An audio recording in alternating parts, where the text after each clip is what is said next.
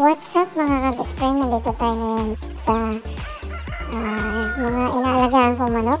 Bali, nandito po tayo. Hapon po ito ng Sunday. At maya maya po ay mamulikta tayo ng mga itlog. Tapos walang silang pinakain ng kanilang hapunan. At may mga nakulikta ako na itlog dito. Bali, humila sila ng itlog ngayon. Kahapon, 5 yung nandyan. Ngayon, 2 na lang. At punta naman natin yung ito sa kabila.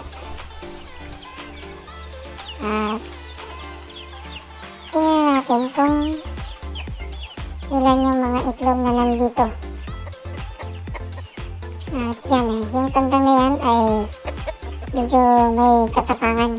Malaki yung tanong. Yun, may 2 itlog. Kaya natin, malaki yung isa. Tsaka maliit yung isa. Pero,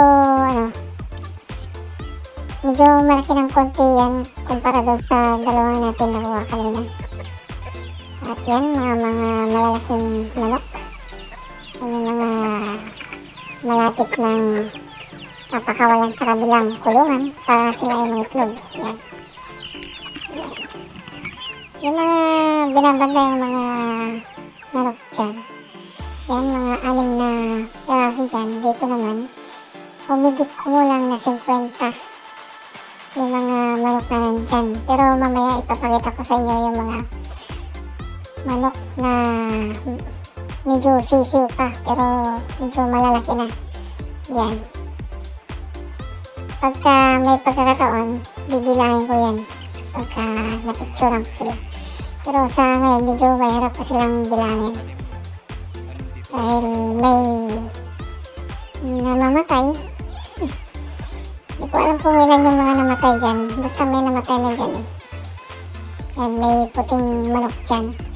Tapos meron din actually yung mga nandiyan sa kulungan ay yung mga pato ko, mga alaga kong pato. Yung mga nandito naman, yung mga medyo siso pero medyo malalaki na kumpara doon sa nakakulong dyan sa taas. Yan yung mga siso na yan. Yan, may nakawala na isa. At dito tayo. Actually guys, binigyan ko na sila ng mga pagkain nila. Bali yan, yung mga iba nakalipat dyan, nakatawid dyan dahil medyo may butas yung kulungan yan. Meron pang may pabo pa.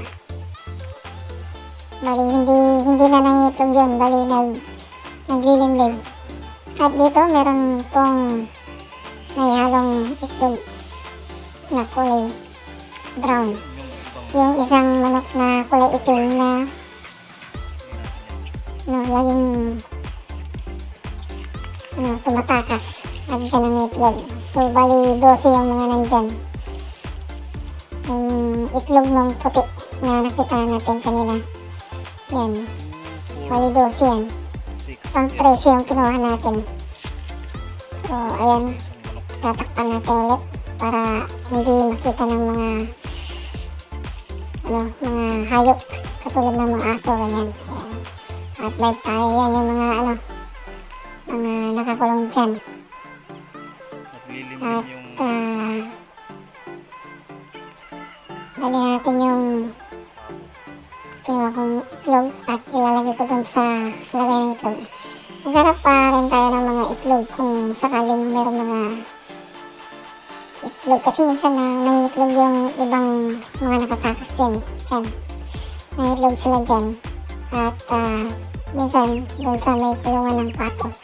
Ayan po mga ka-guys, mga ka-best. Ayan, papasok ulit tayo dito sa kulungan nila. Ayan.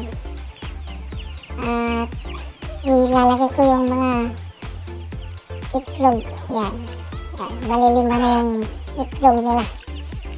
So, yan. Medyo maamo ng konti yung manok na yan. Nakawala kasi kaya nilagay na lang natin sa Yan.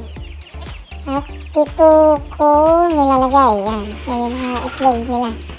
Bali, 4 na araw na yun. Pang-4 na araw na to ngayon. Bali, meron na silang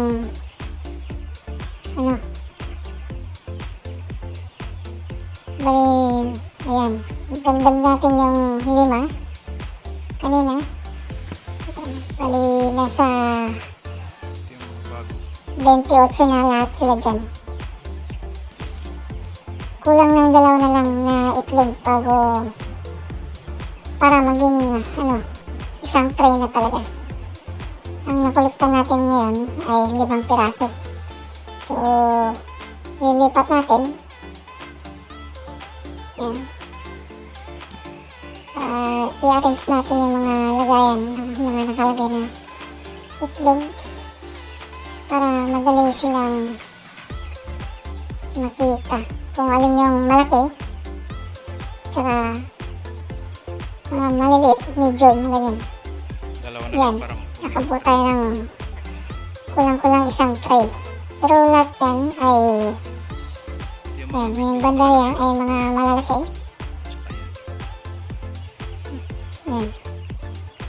Yung mga bagong kuha tsaka yung mga hindi, yung mga tagang hindi naka-stock, siguro mga 4 days lang. 4 days pa lang yan. Bali, nakaipon tayo ng halos kulang-kulang isang tray. Yan, yung mga nakolekta yan. At bago tayo alis ay ililigpit ko muna yung mga lagay nila para hindi nila madumihan o kaya mataihan. Para sa susunod na magpakain ulit tayo ay yan, medyo wala nang nakadikit na mga o kaya walang nakahalo na dumi nila. At kasi masama daw yung nakakain daw nila yung dumi nila kapag siyempre hindi naman may iwasan kapag kumakain sila sinasabay nila ng pagdudumi. Kaya yan. Ayan. So maya ay magpapakain naman tayo ng pato. At ipapakita sa inyo yung mga itlog nila. Yan. Yung mga pato. Itandang yan. Gutom na yung mga sisiw kaya yung mga nasa labas pakainin natin. Kaso nga lang nakahalo yung mga lumalabas sila sa kulungan. Yan. Pakainin muna natin bago tayo magpakain ng pato mamaya. At yan. Gutom sila, pero yung mga ibang sisiw natatakot sila dun sa medyo mga malalaki. Yan, pinapakain natin ng pigs. Yan, may lumapit ng isa-isa na sisiw na malilit. Medyo natatakot kasi sila diyan sa sisiw na medyo malalaki. Yan, itandang tayo dyan na kulay yellow. At yan, yung mga nasa loob, mga pato ko yan. Yan, pag mamayari ko yan. Pero mga yan, nalagaan ko yan, mga bantay ko yan. Yan.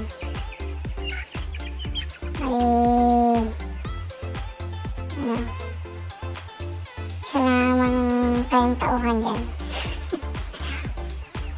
Yan. Marami sila. May pabo pa dun na sa taas. Yan. Dito naman tayo sa mga patuhan, mga kapis. At magpapakain naman na tayo ng pato. Yan. Nabigyan ko na sila ng pagkain ng pato. At yan. Yan. Yung mga manok din ako dyan. Mga sisiw din. Yan, at dito, papakita ko sa inyo yung mga itlog dito.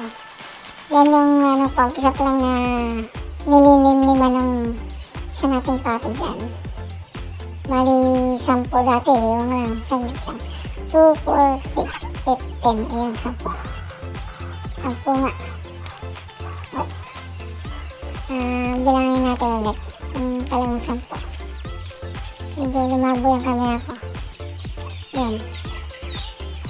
Basta 10 na yun. Yan. medyo blurred na yun. Ayan, balik sa dati. At tingnan natin kung ilan yung mga itlog dito, kasi iba pa yung nandun eh, tapos iba rin yung nandito. Yan, ito yung mga itlog na nalilimliman na. Bali, umalis muna sila saglit dahil kumain sila. Yan, 2, 4, 6, 8, 2, 4, 6, 8, 10, 12, 14, 15, 16, 17. 17 yung mga itlog nila rito eh. Yan, nililimliman na. Tapos mayroong isang itlog ng manok. Tingnan natin kung mapipisayan kasi pinakain sila dati ng layer. Yan, yung isa pang naglilimlim. Bali, ito yung isang naglilimlim, pangalawang naglilimlim. Bali, ito yung pinakaunang nililimliman ng mga pato. At yan, niliwanan mo na nila saglit ang kanilang pato dahil ang kanilang itlog dahil sila kumakain. Yan. Tapos pagkatapos silang kumain, babalik ulit sila mamaya. At hanggang dito ko na lang tatapusin ang aking video mga best. Kung hindi ka pa nakapag-subscribe, pakiclick mo yung subscribe button para sa susunod kong video ikaw ang unang makapanood ng aking mga bagong video. Hanggang sa muli, bye bye!